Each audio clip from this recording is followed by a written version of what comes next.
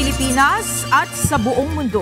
Tayo po ay sabayang napapakinggan sa Radyo La Verdad 1350 ang UNTV Radio. Una sa ating mga balita.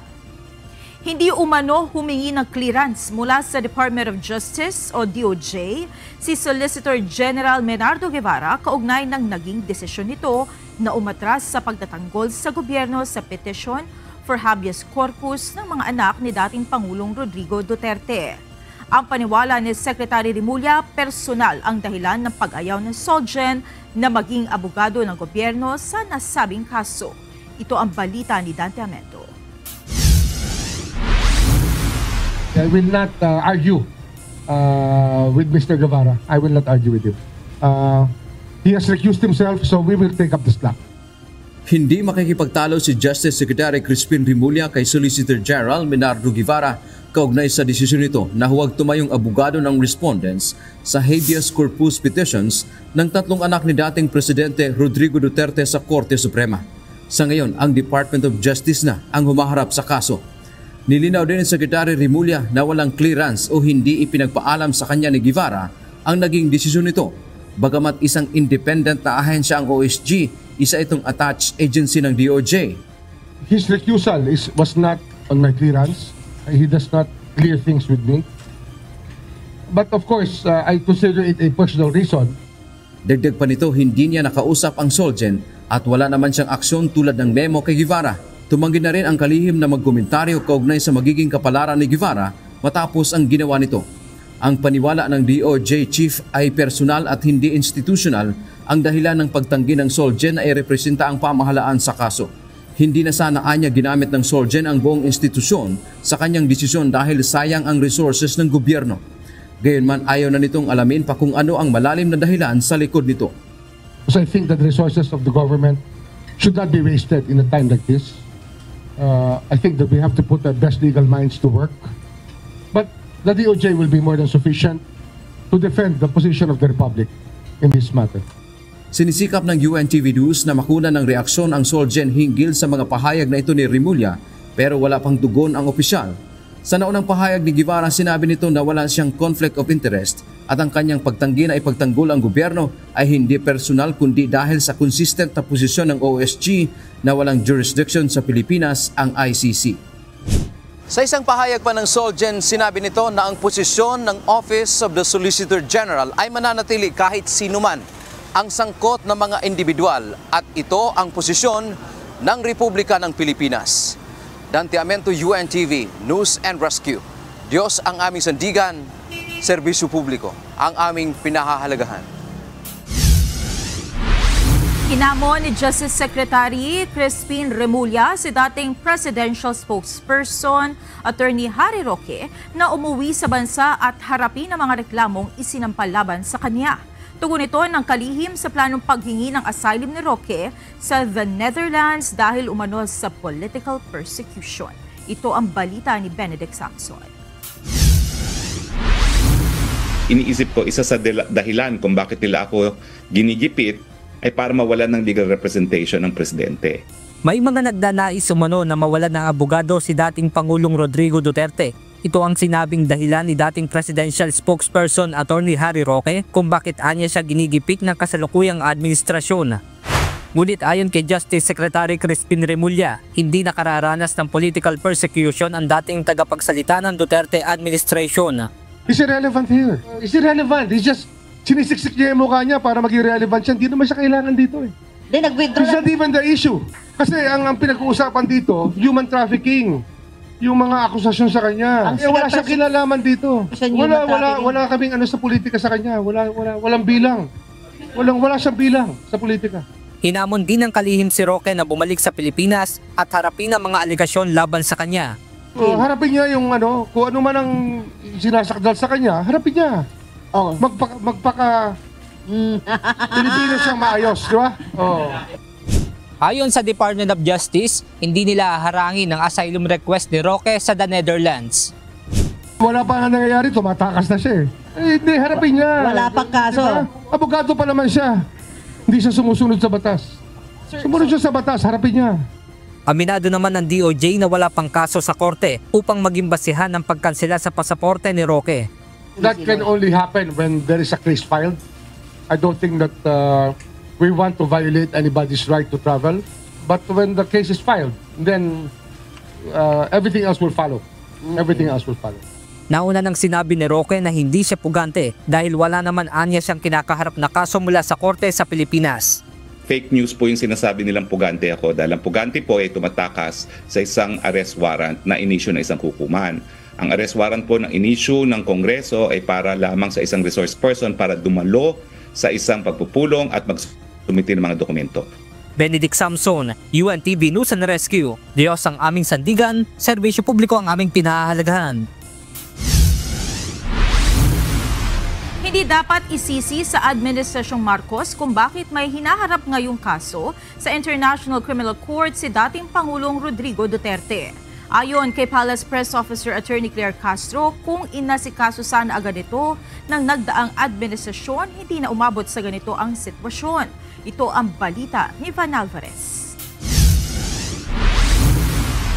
Kung meron po sigurong dapat sisihin kung bakit nagpatuloy ang ICC, yun na rin po ay ang dating administrasyon dahil hindi sila agad kumilos patungkol dito sa mga kasong ito na nirereklamo patungkol sa madugong war on drugs. Ang nakaraang administrasyon dapat ang tanungin pagdating sa kaso ng crimes against humanity at war on drugs. Ito ang sagot ni Palace Press Officer Undersecretary Claire Castro kung bakit tuluyang naisuko sa International Criminal Court o ICC ang dating Pangulong Rodrigo Duterte. Ayon kay Undersecretary Castro, hindi dapat ipapasan sa kasalukuyang administrasyon ang investigasyon sa dating Pangulong Rodrigo Duterte dahil noong nakaraang administrasyon pa, naisampa ang kaso mula sa ICC. Muli, ibabalik po natin, hindi po ba dapat sila nga muna ang nagsimula? Para kung meron pong dapat na ipagpatuloy ang Administrasyong Marcos patungkol sa pag-iimbestigang yan, ay dapat na simulan na po. So wag natin ipahid ang kasalanang ito sa administrasyon ni Pangulong Marcos. Nabanggit din ni Attorney Castro na wala pang usapan kasama si President Ferdinand Marcos Jr. tungkol sa posibilidad na magbalik ang Pilipinas sa pagiging miyembro ng ICC mula nang mag-withdraw ang bansa noong taong 2019. Pag-rejoin sa ICC, wala pa po ngayon. Hindi pa po namin napag-uusapan kung kailangan po mag-rejoin ang Pilipinas sa ICC. Same pa rin po, wala pa rin pong jurisdiction sa ngayon ang ICC sa Pilipinas. Hinggil naman sa balak na paghingi ni Attorney Harry Roque ng asylum sa Netherlands, pahayag ng Palace Press Officer. Kapag po siguro mayroon ng warrant of arrest at kung siguro pong may kaso na po talaga siyang kriminal na kakaharapin po sa korte, dyan lang po na magre-react ang palasyo. Sa ngayon, mas magandang unahin muna anya ni Roque ang kanyang sarili bago ang ibang tao. Bukod dito, hindi rin tututulan ng pamahalaan si former Senator Leila de Lima kung voluntaryo itong tetestigo laban sa dating Pangulong Duterte at kung papayagan naman ito ng International Criminal Court. Ivan Alvarez, UNTV News and Rescue. Diyos ang aming sandigan, serbisyo publiko ang aming pinahahalagahan. Pinag-aaralan ni Senator Ronald Bato de la Rosa ang iba't ibang opsyon sakaling maglabas din ang International Criminal Court ng warrant of arrest laban sa kanya. Isa sa mga tinitingnan course of action ng mambabatas ay ang hindi pagsuko sa mga otoridad. Ito ang balita ni Asher Cadapan Jr.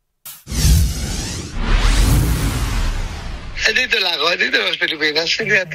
Bakit tayo umalis ng Pilipinas? Nananatiling nasa Pilipinas lang si Senador Ronald Bato de la Rosa at nag-iikot para mangampanya.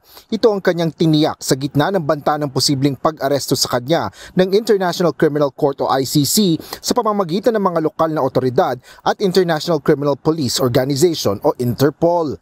Nagpasalamat naman ang mamabata sa pahayag ni Senate President Francis Jesus Cordero na poprotektahan siya sakaling maglabas na ng warrant of arrest ang ICC laban sa kanya. Magandang kanya sa akin option dahil nga hindi ka na pwedeng huliin na pagkadya ka sa loob at dapat respetuhin nila yung sineta sa institusyon. So maganda yun para sa akin.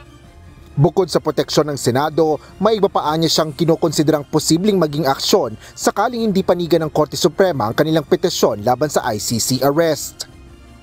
Hindi ko naman sinasabi na forever ako mag-standby dyan. So meron pa rin, hanap pa rin tayo ibang courses of action na pwedeng gawin. Yun nga lang, hinihintay lang natin yung maging decision ng Supreme Court. Kung ito ay pabor o hindi pabor sa atin, then we will make our next move kung ano maging decision ng Supreme Court. Na hindi kayo susuko? Kasama yan sa kinikonsider natin, kasama yan sa course of action na pwedeng gawin. Nauna nang inihayag ni Senador Bato de la Rosa na payag siyang magpa-aresto kung pahihintulutan siyang alagaan si dating Pangulong Rodrigo Duterte habang nakadetini ito sa ICC headquarters sa The Hague, Netherlands. Ngunit tila nagbago na ang posisyon nito ngayon kaugnay ng issue. Paliwanag ni De La Rosa, mahirap ang sitwasyon sa loob ng pasilidad ng ICC dahil ultimong si Vice President Sara Duterte ay hindi makalapit sa dating Pangulo. Kung wala tayong makita na hostisya dito sa ating bansa, bakit ka susuko? Di ba? Titingnan natin. Kung mayroong makita natin may glimmer of hope na yung Supreme Court ay talagang panindigan niya yung kanyang pagiging independent. Mayroon din ipapakitang magtatayo din yung Senado kung anong dapat. Then I will evaluate. As I have said, I will cross the bridge when I get there. Isa si De La Rosa sa mga responded o inirereklamo sa ICC bilang former Philippine National Police Chief na nagpatupad ng War on Drugs campaign sa ilalim ng administrasyon ni dating Pangulong Duterte.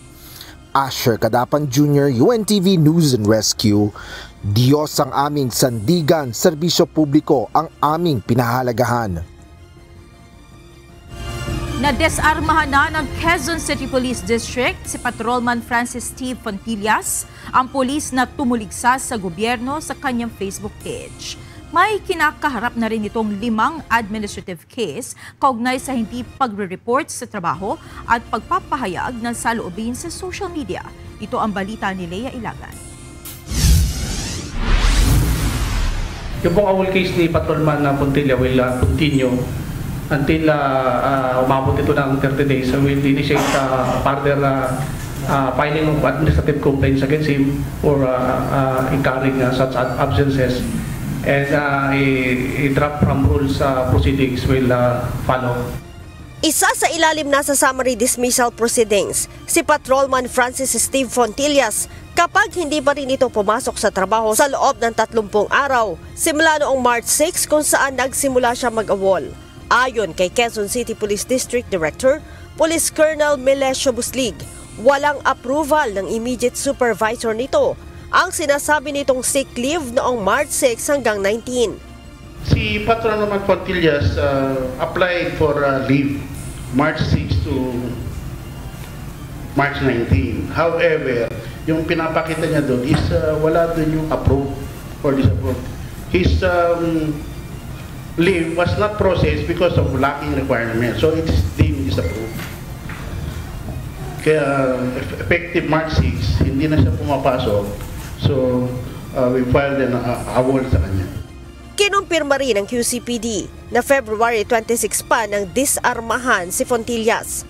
Umuusad na rin ang 5 administrative case ni Fontillas kaugnay sa hindi pagre-report sa trabaho at pagpo-post ng saloobin kaugnay sa politika sa social media. Kinumpirma rin ang QCPD Medical and Dental Unit na mayroong iniinom na gamot na pampakalma si Fontillas noong 2023. Subalit, hindi na ito bumalik para sa mga follow-up medications. Ito lang po yung mga pampakalma na gamot, mga downers natin, para hindi siya ganun ka... Yes, pa. Nag-i-exhibit kasi sila ng extreme conditions ng energy level. Posible aniyang lumala ang kondisyon ni Fontillas kung hindi nito itutuloy ang kanyang gamutan. Samantala, nakikipag-ugnayan na rin ang QCPD sa Facebook upang alisin ang mga page ni Fontillas. As far as the concern, ma'am, we're already, sumulat ako tayo sa FB ngayon at we're having a communication to them para dun sa sakaling ma-stop yung putol na yung communication sa FB. Kung ano yung pwedeng legal means na ginagawa naman natin. At we're already communicate with the FB. Sa ngayon, hinihintay na lamang ng QCPD ang desisyon ng National Capital Region Police Office kaugnay sa hiling nila na isailalim si Fontilla sa restrictive custody. Leia Ilagan, UNTV, News and Rescue. Diyos ang aming sandigan, serbisyo publiko ang aming pinahahalagahan. Tumangging magbitiw sa tungkulin si Patrolman Francis T. Fontillas sa kabila ng kasong inciting to sedition na isinampa laban sa kanya. Iginiit ni Fontillas na wala siyang ginawang paghimok sa rebelyon at ginamit lamang niya ang kanyang karapatan sa malayang pagpapahayag. Nananatili umano itong awol at tumangging tanggapin ang return to work order na ipinadala ng PNP sa kanyang tahanan. Hindi naglabas ng kautusan ng Armed Forces of the Philippines na nagbabawal sa mga dependent na mga sundalo at sibilyan na magpahayag ng saloobin sa social media tungkol sa kalagayan ng politika sa bansa. Paalala naman ng Philippine Army, may kaukulang parusa sa mga sundalo kapag napatunayang lumabag sa pagiging non-partisan na mandato ng hukbo habang sila ay nasa serbisyo. Ito ang balita ni Ryan Lacalale. But as to mga dependents, we are a professional organization and we not in any way that we na pinagbabawalan sila to express their personal views. No? Pinabulaanan ng Sandataang Lakas ng Pilipinas ang nakapost na dokumento sa social media kung saan nakasaad dito ang paalala sa mga sundalo kasama ang kanilang pamilya na iwasan na maglahad at magkomento sa social media tungkol sa kasalukuyang isyu ng politika sa bansa. Ayon sa nasabing post, sa halip ay ituon na lamang ang kanilang atensyon sa pagganap ng kanilang tungkulin. Ang paalala ay batay umano sa direktiba ni Armed Forces of the Philippines Chief of Staff General Romeo Browner Jr. Sa isang opisyal na pahayag mula sa tanggapan ng Chief Public Affairs Office ng AFP, mariin itong itinanggi na naglabas sila ng anumang kalatas na naglilimita sa kalayaan ng mga sibilyan, pati na rin ang mga dependent ng mga tauhan ng militar sa social media. Ayon sa AFP, ang pagbisita ni General Browner sa iba't ibang unit ay nakatuon lamang sa pagpapalakas ng profesionalismo, pagiging disiplinado at pagtutok sa misyon ng mga sundalo. Ayon sa AFP, naninindigan ang institusyon sa karapatan ng lahat ng mamamayan sa kalayaan ng pagpapahayag. Hinihikayat lamang nito ang lahat na maging responsable sa paggamit ng social media at umiwas sa maling impormasyon. Ayon sa tagapagsalita ng Philippine Army, pinagbabawalan ang mga sundalo na mag-post sa mga social media ng kanilang personal na pananaw, lalo na kung mayroong kinalaman sa organisasyon at national security. Ito ay para mapanatili rin ang pagiging non-partisan ng hukbo. Not only specific situations, but everything that has that will implicate yung ating organization, lalo na pag may mga ganitong mga will implicate yung national security natin. Yun yung mga hindi nila pwede i-post, pati yung even yung mga pag-join sa TikTok, yung paggamit ng mga uniform na improper, so lahat yun bawal. And more so, yung kanilang mga political views kasi we still remain non-partisan. Pwede lamang aniya na makapagpahayag ng sarili nilang opinyon sa politika ang isang sundalo kung ito ay resign o magre-resign.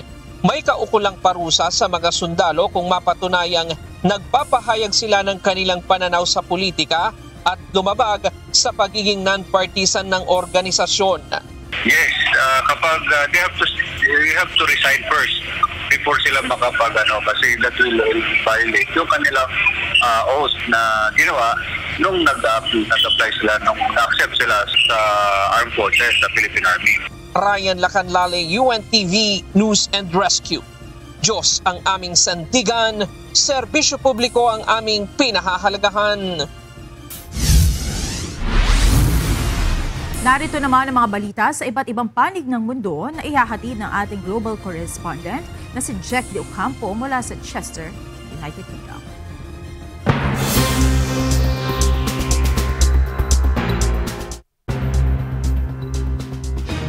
Yes, Monica, pumayag na si Russian President Vladimir Putin na itigil na ang pag-atake sa energy infrastructure sa Ukraine matapos ang kanilang pag-uusap ni US President Donald Trump. Ngunit tinanggihan ni Putin ang agaran at isang buwang tigil putukan na nagpapagkasunduan ng US at Ukraine sa Saudi Arabia, maliban na lamang kung ititigil ang foreign military aid at pagbabahagi ng intelligence sa Ukraine. Sa post si Trump, sinabi nito na naging maganda at produktibo ang pag-uusap nila ni Putin at nagkasundo sa agarang pagpapatupad ng ceasefire sa lahat ng energy infrastructure habang inaayos pa ang full ceasefire at tuluyang pagtatapos ng Russia-Ukraine war. Samantala, giniit ni Ukrainian Volodymyr Zelensky sa kanyang post kung tinanggihan ni Putin ang full ceasefire, karapatan din ng mundo na tanggihan ang anumang pagkatangka ni Putin na tagalin ang labanan. Sinabi rin ni Ukrainian President ang pagpapahinto ng pag-atake ng Russia sa civilian infrastructures ang tanging patunay na nais nitong tapusin na ang digmaan at maaaring mapalapit ang kapayapaan. Tinimulan na ng United States government ang paglalabas ng mga dokumentong may kaugnayan sa assassination ni former President John F. Kennedy. Ito ay kasunod ng isang executive order noong Enero ni President Donald Trump na nangangailangan ng mga hindi na-redact na mga file upang isa publiko.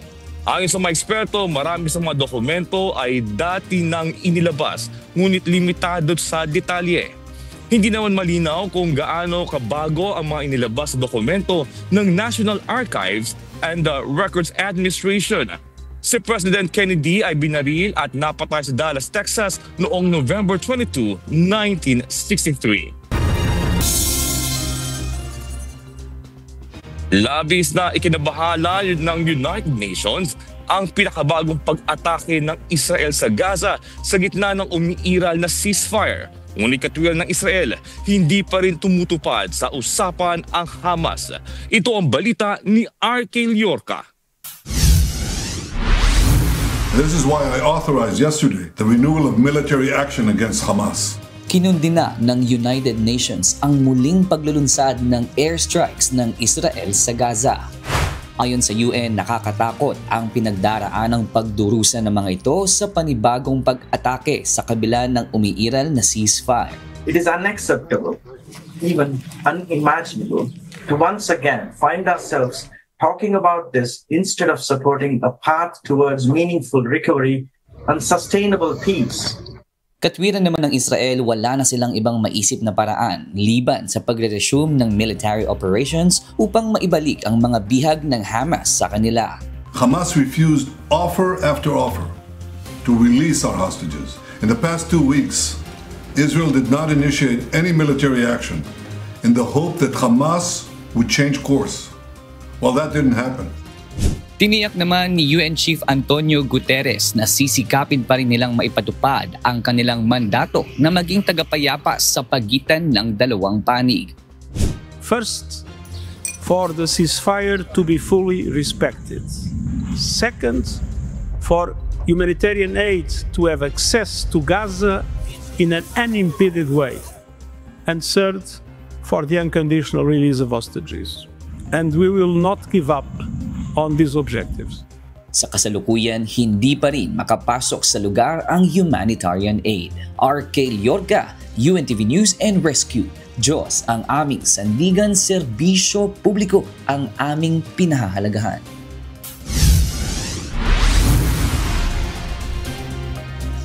Nakabalik na sa mundo ang dalawang National Aeronautics and Space Administration o NASA astronauts na na-stranded sa space sa loob ng 9 na buwan. Sakay ng isang SpaceX capsule sina NASA astronauts Butch Wilmore at Suni Williams, dumupag sila sa karagatan ng Florida. Ang dapat sana'y 8 araw nilang misyon ay tumagal dahil sa mga technical na problema ng Boeing Starliner spacecraft na dapat sana nilang ginamit pa uwi. Sa halip, ginamit nila ang isang SpaceX capsule na may nakatakdang 6 na buwang misyon. Kaya sila nagtagal sa International Space Station kung saan nagsagawa sila ng mga eksperimento at spacewalks. Sa kasalukuyan ay sumasailalim ang dalawang astronauts sa medikal na pagsusuri at rehabilitasyon sa John's Space Center. Pumanaw na ang last surviving Battle of Britain pilot na si John Paddy Hemingway. Sa inilabas na pahayag ng Royal Air Force, sinabing payapa itong pinagpahinga sa edad na 105. Si Hemingway na orihinal na mula sa Dublin ay sumali sa Royal Air Force bilang isang teenager bago ang World War II. Sa edad na 21, isa siya sa fighter pilot sa Battle of Britain na nagtanggol laban sa malawakang pag-atake ng German force ang Luftwaffe. Nagbigay pugay si William, Prince of Wales, kay Paddy na malaki ang naiambag sa kalayaang tinatamasa ng bansa ngayon. Gayun din si UK Prime Minister Keir Starmer, nagsabi na malaki ang kontribusyon nito sa pagwawakas na ikalawang digmaang pagdaigdig. At yan ang mga balita mula sa iba't ibang panig ng mundo. Mula dito sa Chester, United Kingdom, ako si Jack De Ocampo. Magandang gabi. Sinita sa pagdinig ng House Committee on Basic Education and Culture ang hindi paggamit ng Learner Information System upang i-validate ang mga benepisyaryo ng Senior High School o SHS Voucher Program ng Department of Education o DepEd. Isang online facility ang Learner Information System kung saan nakarehistro ang lahat ng mga mag-aaral sa basic education. Ito ang balita ni Rosalie Cos. Balik ako sa PEAC. Ang tagal na nung LIS system. So my question is, bakit hindi tayo nag-LIS system dati pa? 10% lang ng kabilang sa Senior High School Voucher Program ang na-monitor ng Private Education Association Committee o PEAC sa mga nakalipas na school year. Ang PEAC ang katuwang ng Department of Education sa pagpapatupad ng financial assistance. Sa pagpapatuloy ng pagdinig ng House Committee on Basic Education and Culture sa ginawang investigasyon ng DepEd kaugnay ng umano'y ghost beneficiary sa SHS Voucher Program, inihayag ng PEAC na patataasin ito sa 100% ang kanilang monitoring sa pamamagitan ng Learner Information System o LIS. Isang online facility ang LIS kung saan nakarehistro ang lahat ng mga mag-aaral sa basic education. Gayunman, sinita ang PEAC ni Pasig City Representative Roman Romulo, chairperson ng House Panel, kung bakit hindi ginamit ang LIS sa mga nakalipas na school years gayong matagal nang umiiral ang pasilidad. That does not answer the question why the LIS system will suddenly just be used now. From 10%, kaya naman pala yung 100%. Again, sana maaga-aga natin ginawa ito. We could have avoided hearings like this because hindi sana nangyari yung pagbibigay o yung mga na-discover allegedly ng DepEd. Ayon sa PEAC, may mga issue sa Learner Information System na ipinundo na rin nila sa DepEd gaya ng multiple entries. However, there are issues with the LIS before. Like for example, in 2016, there were some students had several learner reference numbers, no? Even if isa lang yung bata, isang bata but several learner reference numbers. And there are also issues with the billing, no? Kasi sometimes we see in the LIS that the student is enrolled in multiple schools, no? 1 or 2 schools. A school can create multiple numbers of LIS numbers as they enroll, but they are now checked as we go on with the LIS. They are now already check and block. Kaya pwedeng nagkaroon ng doble-doble. Pero ngayon na-check na po sir. Pinasusumite naman ng House panel sa PEAC ang sinasabi nitong record nila ng multiple learner reference numbers. Samantala, sa ulat naman ng DepEd na nasa 250 million pesos na halaga ng pondo para sa Senior High School Voucher Program na hinold nila para sa school year 2023 to 2024, katumbas ang pondo ng para sa 13,000 learners. Sangkot sa questionable claims ang mahigit 1,000 at 300 private schools. We can term this as questionable claims po, Mr. Chair. Kasi po, kumbaga, may sinubmit yung school na billing statement sa DepEd. Upon checking sa learner's information system, it can say na number 1, they are enrolled in another private school or enrolled in another public school, or there's no enrollment data. Bago ito, mahigit 50 pribadong paaralan na ang natanggal sa SHS Voucher Program mula 2021 hanggang 2024 dahil sa hindi maayos na sistema ng pagpapatupad nito. Nasa 12 paaralan pa ang iniimbestigahan. Pinag-aaralan na rin ng legal team ng DepEd ang pagsasampa ng kasong kriminal sa mga sangkot sa questionable claims sa Senior High School Voucher Program. Rosa Licoz, UNTV News and Rescue. Diyos ang aming sandigan, serbisyo publiko ang aming pinahahalagahan. Humingi ng tulong ang Masungi Geo-Reserve Foundation kay Pangulong Ferdinand Marcos Jr. para pigilan ang eviction order na inilabas ng Department of Environment and Natural Resources o DENR. Sa naturang kautusan, inatasan ang Blue Star Construction na lisanin ng 300 hektaryang lote sa Rizal. Ayon sa Masungi, ang pagpapaalis sa kanilang developer ay magdudulot ng malaking epekto sa mahigit 2,000 hektaryang kagubatang kanilang nirestore at sa trabaho ng nasa 100 forest rangers na nagproprotekta sa lugar. Ikiniit din nila na banta ito sa mga hakbang para labanan ng ilegal na pagtutroso at quarrying. Samantala, sinabi ng Blue Star na kanilang pinag-aaralan ang legal na hakbang ukol sa nasabing utos.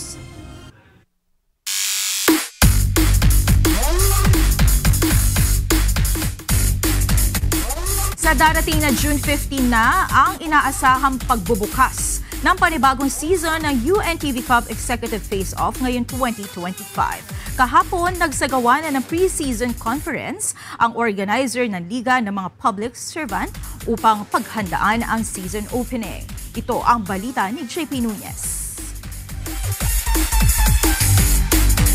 Pinangunahan kahapon ni na UNTV Commissioner Atoy Co at Deputy Commissioner Ed Cordero ang post-season meeting ng UNTV Cup Season 11 at conference meeting para paghandaan ang UNTV Cup Executive Face-Off 2025. Isinagawa ito sa Pork Barrel Grill and Restaurant sa Kalayaan Avenue sa Quezon City kung saan dumalo ang mga representative ng bawat team sa Liga ng mga Public Servant.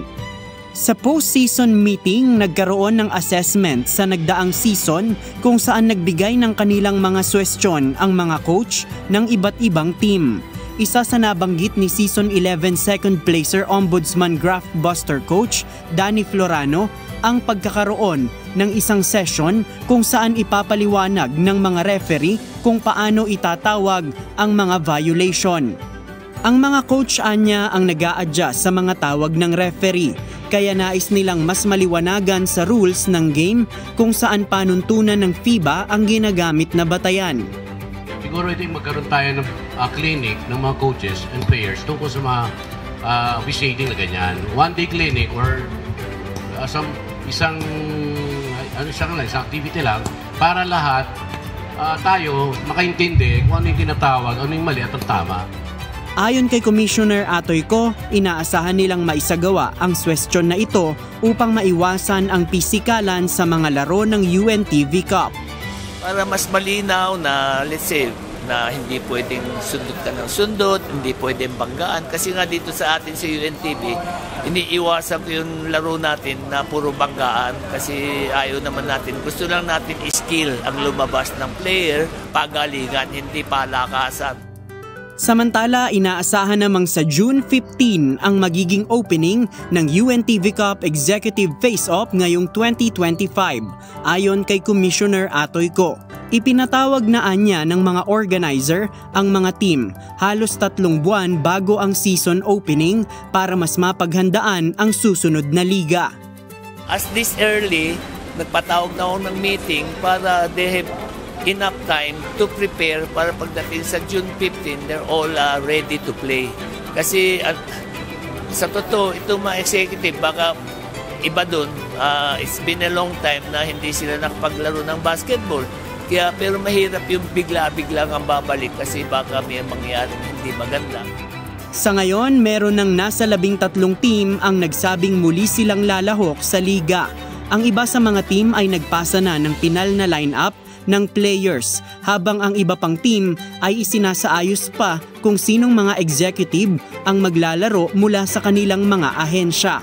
Hanggang March 25 ang ibinigay na panahon ng mga organizer ng UNTV Cup para sa pagpapasa ng final lineup ng mga maglalaro sa executive face-off. Bagaman ayon kay Deputy Commissioner Ed Cordero, merong ilang team na hindi makakalahok ngayong season. COMELEC because of the coming election, and yung DNR kasi they don't have enough executive to play a team.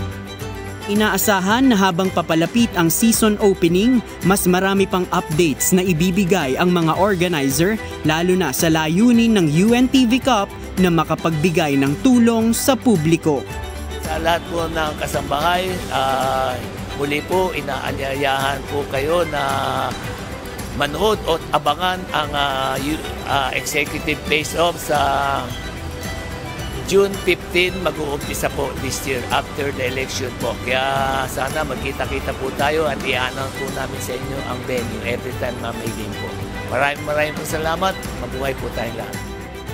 JP Nunez, UNTV News and Rescue. Diyos ang aming sandigan, serbisyo publiko ang aming pinahahalagahan.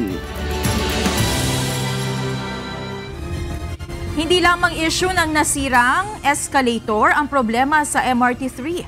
Sa pagdinig kanina sa Senado ay pinakita ang sari-saring problema sa tren na nagdudulot ng inconvenience sa mga pasahero. Nagbabala si Senator Tulfo sa mga kawani ng Department of Transportation na sisibakin sila sa pwesto kung hindi nila aayusin ang kanilang mga trabaho. Ito ang balita ni JP Nunez. Pag nag-usap ulit kami ni Secretary Vince Dizon, sabihin ko about time, magsibak na siya na magsibak. Sayang yung mga pasweldo sa inyo, wala kang ginagawa. Pagsibak sa pwesto, ang babala ni Senator Raffy Tulfo sa mga kawani ng Department of Transportation sa ginawang pagdinig kanina ng Committee on Public Services kasama ang Committee on Public Works at Committee on Finance. Ang pag-uusap ay para sa pagbalangkas ng Magna Carta of Commuters at iba pang Senate bill na may kaugnayan sa kapakanan ng mga mananakay. Sa naturang pagdinig, iprenesenta ni Senator Tulfo ang mga naobserbahan ng kanyang team na sari-saring issue sa MRT-3 noong mag-inspeksyon nitong March 17. Kabilang sa mga pinuna ng senador ang mga ticket booth na minsan anya ay walang teller. Ipinaliwanag naman ng Chief ng Station Division ng MRT na kulang talaga sila sa tao. Nakadepende lang anya sila kung ilan ang pwede nilang ilagay sa ticket booth sa inaprobahang budget ng Department of Budget and Management. May mga times po kasi sir na hindi po kulang po yung mga tao natin. Kung ano lang po yung na-approve po ng DBM positions na teller, yun lang po yung pinagkakasya namin. Hindi naman ito sinang-ayunan ni Senator Tulfo. Dapat anya ay nagsasabi sila ng kakulangan sa manpower kapag budget deliberation dahil nagdudulot ng inconvenience sa mga commuter kapag kulang ng teller na magbibigay ng ticket. Bukod dito, napuna rin ni Senator Tulfo ang hindi maayos na public address system sa tren na madalas anya ay garalgal at hindi na naiintindihan. Dapat anya na mag-ikot ang opisyal para makita ng aktwal ang mga issue sa MRT-3. Gano'n kay katagal sa MRT, ma'am? 25 years na po, Senator. Agoy, 25 years. Tapos inutil yung binibigyan mong serbisyo sa taong bayan. Nag-ikot ka ba sa MRT? Nag-ikot po kayo? Opo, Senator. Hindi nga. Walang biruan. Sige na, magkalmaya. Nag-ikot ka ba talaga? Sir, hindi po kami araw-araw. Occasional po kami nag-iikot. Samantala, isa pa sa issue na tinalakay ang mga sirang machine para sa mga beep card. Dahil hindi ito magamit ng publiko, mapipilitan silang pumila sa mga ticketing booth na nagiging dahilan ng mahabang pila. Ayon kay Assistant Secretary Jomar Lua, merong maintenance provider ang mga machine at hindi nito na ipoprovide ng maayos ang serbisyo. Meron po tayong tinatawag na concessionaire, yung dun sa yung AFPI po, yung mas kilala po natin sa tawag na yung nag-issue po ng mga beep cards. Now, we are coordinating po with them with regards dito sa mga issues po nung sa mga ticket vending machines natin, including dun sa mga beep cards po natin. Sec, I'll tell you what. Mag-ikot ka, sumakay ka ng MRT. That's the best thing that you can do. Huwag yung nagtatago ka lang sa lungga mo dyan sa opisina mo, tapos naka-full blast yung aircon mo. Ilan pa sa mga napuna sa pagdinig ang mga nagtitinda sa loob ng istasyon, mga butas na bubong sa daanan ng mga pasahero at mapanghing walkway sa ibaba ng mga istasyon. Ang Senate Bill 2727 o Magna Carta of Commuters ay panukalang batas na naglalayong isulong ang karapatan ng mga mananakay para sa abot kaya at ligtas na pampublikong transportasyon para sa lahat. JP Nunez, UNTV, News and Rescue. Diyos ang aming sandigan, serbisyo publiko ang aming pinahahalagahan. Hinihikayat ngayon ng Department of Transportation o DOTR ang transport group na Manibela na makipagdialogo na lamang kaysa magsagawa sila ng transport strike. Ayon kay DOTR Secretary Vince Dizon, inatasan niya sa Assistant Secretary for Road Transport and Non-Infrastructure, Joscoro Jojo Reyes, na makipag-usap sa grupo sa lalong madaling panahon. Tiniyak naman ng DOTR na nakausap na nila ang Metropolitan Manila Development Authority at mga lokal na pamahalaan para paghandaan at maghanda ng libreng sakay upang hindi maabala ang mga pasahero sakaling matuloy ang tigil pasada. Kanina, inanunsyo na Manibela na plano nilang magsagawa ng nationwide na transport strike sa March 24 hanggang March 26. Ayon sa chairman ng grupo na si Marvel Buena, dahil umano ito sa maling datos na iniulat ng Land Transportation, Franchising and Regulatory Board o LTFRB sa bilang ng mga nagpa-consolidate sa ilalim ng Public Transportation Modernization o PTMP. So simula sa Lunes, March 24, 25, 26 ay dinideklara natin ang nationwide transport strike. Kung hindi makikinig sa atin ang sekretary, natanggalin at sibakin. Sibakin itong ating mga regional directors at iba pang opisyalis ng LTFRB, wala pong mangyayari dito sa pagpapatupad ng modernization. Sinuspindi ng Meta ang Facebook page ng Sunshine Media Network International o SMNI at mga affiliates nito dahil sa umunay pagpapahayag ng puot at paggamit ng mapanirang racial stereotypes. Iginiit naman ng SMNI na wala silang inilalathalang nakasasama sa komunidad at patuloy nilang ipagsisigawan ang kanilang bersyon ng katotohanan. Una nang binawi ng Kamara noong Marso 2024 ang prangkisa ng Suara Sug Media Corporation na siyang nagpapatakbo ng SMNI dahil sa umunoy pagpapakalat ng maling impormasyon.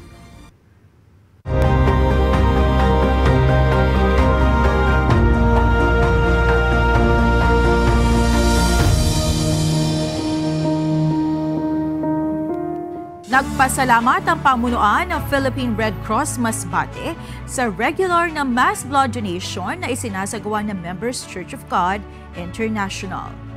Malaking tulong kasi ang ganitong aktibidad para tugunan ang malaking pangangailangan ng dugo sa isla, lalo na ngayong papalapit ang halalan. Ito ang balita ni Jerry Galicia.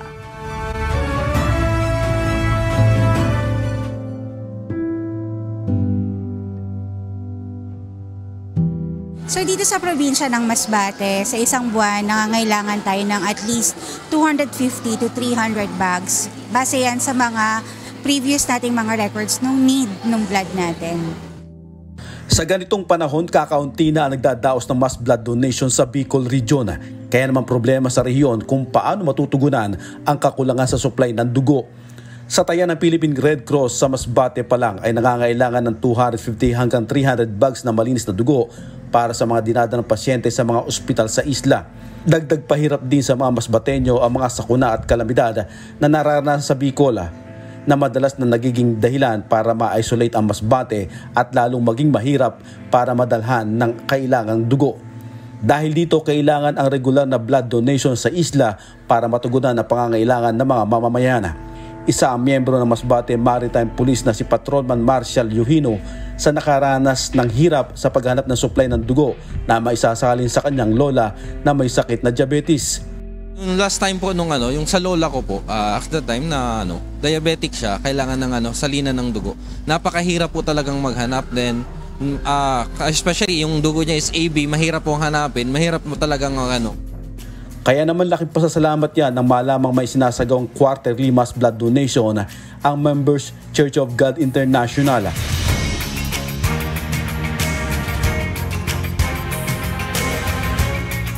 Ang karanasang mahirapan sa paghahanap ng dugo ang nag-udyok kay Patrolman Yuhino para mag-donate at makatulong sa pagdugtong ng buhay ng kapwa. Para sa akin din, naking lang na namin at para makatulong din po kami, sa sarili ko na magdo-donate ng dugo para hindi din mahirapan yung ibang tao sa paghaharap. Hindi na nila madanasan yung nadanasan namin before. Actually, napakagandang programa po ito ng MCGI po. Kasi biro mo sa buong Pilipinas, merong ganito quarterly. Ilang tao yung mabibigyan natin ng dugo at the same time madudugtungan ng buhay dahil sa pag-donate natin po ng dugo. Samantala, pinaghahandaan na ng Philippine Red Cross ang pangangailangan ng supply ng dugo ngayong papalapit na ang May 2025 national at local election sa isla. 4 na lugar kasi sa Masbate ang isinailalim sa area of concern ng Commission on Elections at PNP sa darating na halalan. Ito ay mga lugar ng San Pascual at Claveria sa isla ng Burias, maging ang Masbate City at Baleno sa mainland. Busod ng mga naitatalang krimen at banta ng karahasan sa eleksyon, kailangan ng sapat na supply ng dugo sa isla. Although unti-unti po nawawala si Masbate sa hotspot, pero may mga isolated incidents po na nagkakaroon pa rin po ng mga election-related violence. So minsan po yung mga pasyente na kailangan talaga ng agarang supply ng dugo. So especially for example sa gunshot wounds, at least mga 3 to 4 bags agad po ang kailangan ng pasyente na dugo. Kung para po habang inooperahan, yun po yung kailangan. Malaki naman ang ginagampanan ng grupong Members Church of God International sa pagsasagawa ng mass blood donation quarterly, lalo na ngayong kailangan ito ng mga kabayan natin dito sa probinsya. So unang-una po ang aming pagpapasalamat sa MCGI, kay Brad Daniel Rason po, of course sa lahat po ng miyembro ng MCGI dito sa probinsya ng Masbate. Ito po ang second year kung saan naka-implement yung ating MOA or Memorandum of Agreement, kung saan ang Philippine Red Cross at ang MCGI ay regular or quarterly po na magkakaroon ng blood donation. So kami po ay lubos na nagpapasalamat sa MCGI, sa pamunuan po nila, sa lahat po ng mga members at sa mga volunteer blood donors po natin na patuloy po na tumutugon sa pangangailangan ng mga Masbateño. Jerry Galicia, UNTV, News and Rescue. Diyos ang aming sandigan, serbisyo publiko ang aming pinahahalagahan.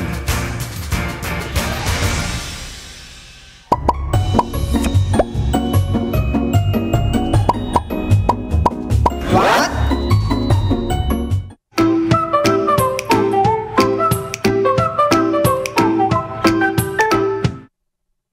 Dagdag kaalaman po, Nasubukan mo na bang kumain ng sobrang anghang na parang nagliliyab na yung bibig mo pero ayaw mo pa rin tumigil?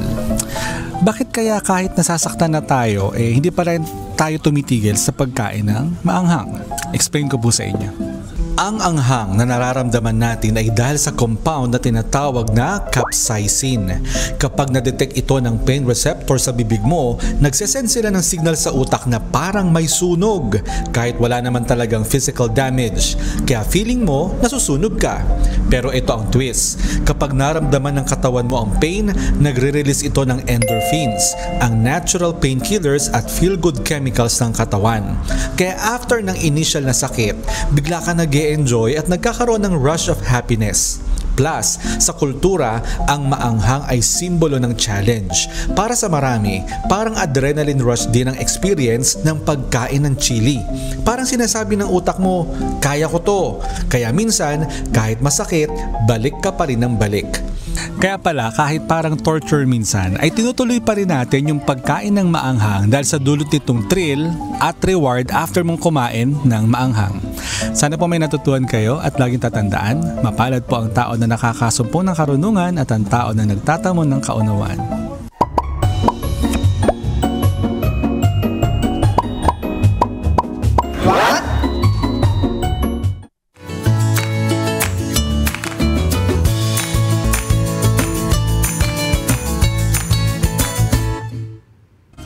Narito na po ang ating mga naging kausi ngayong araw ng Miyerkules. Maraming salamat po at shoutout tayo kina Herminio Manuzon, Francis Santos, Jesus Makilan, Carlito Deriada, Luz Romero, at Ay Bakungan.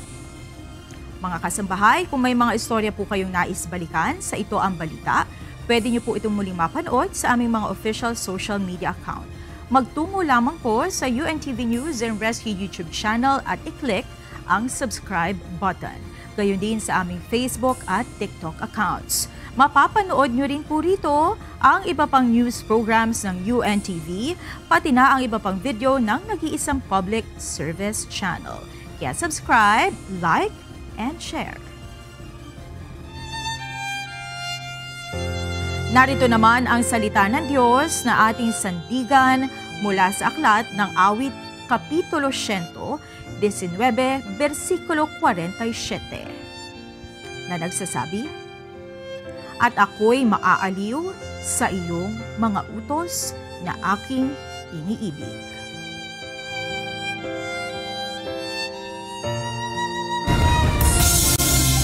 At yan ang naging kabuuan ng ating balitaan ngayong gabi. Aming inilahad ng buong katapatan kung paano namin nasaksihan. Kayo'y makapagtitiwala na ang aming nakita at narinig ang aming ibinabalita. At dito po sa UNTV, Diyos ang aming sandigan, serbisyo publiko ang aming pinahahalagahan. Magandang gabi.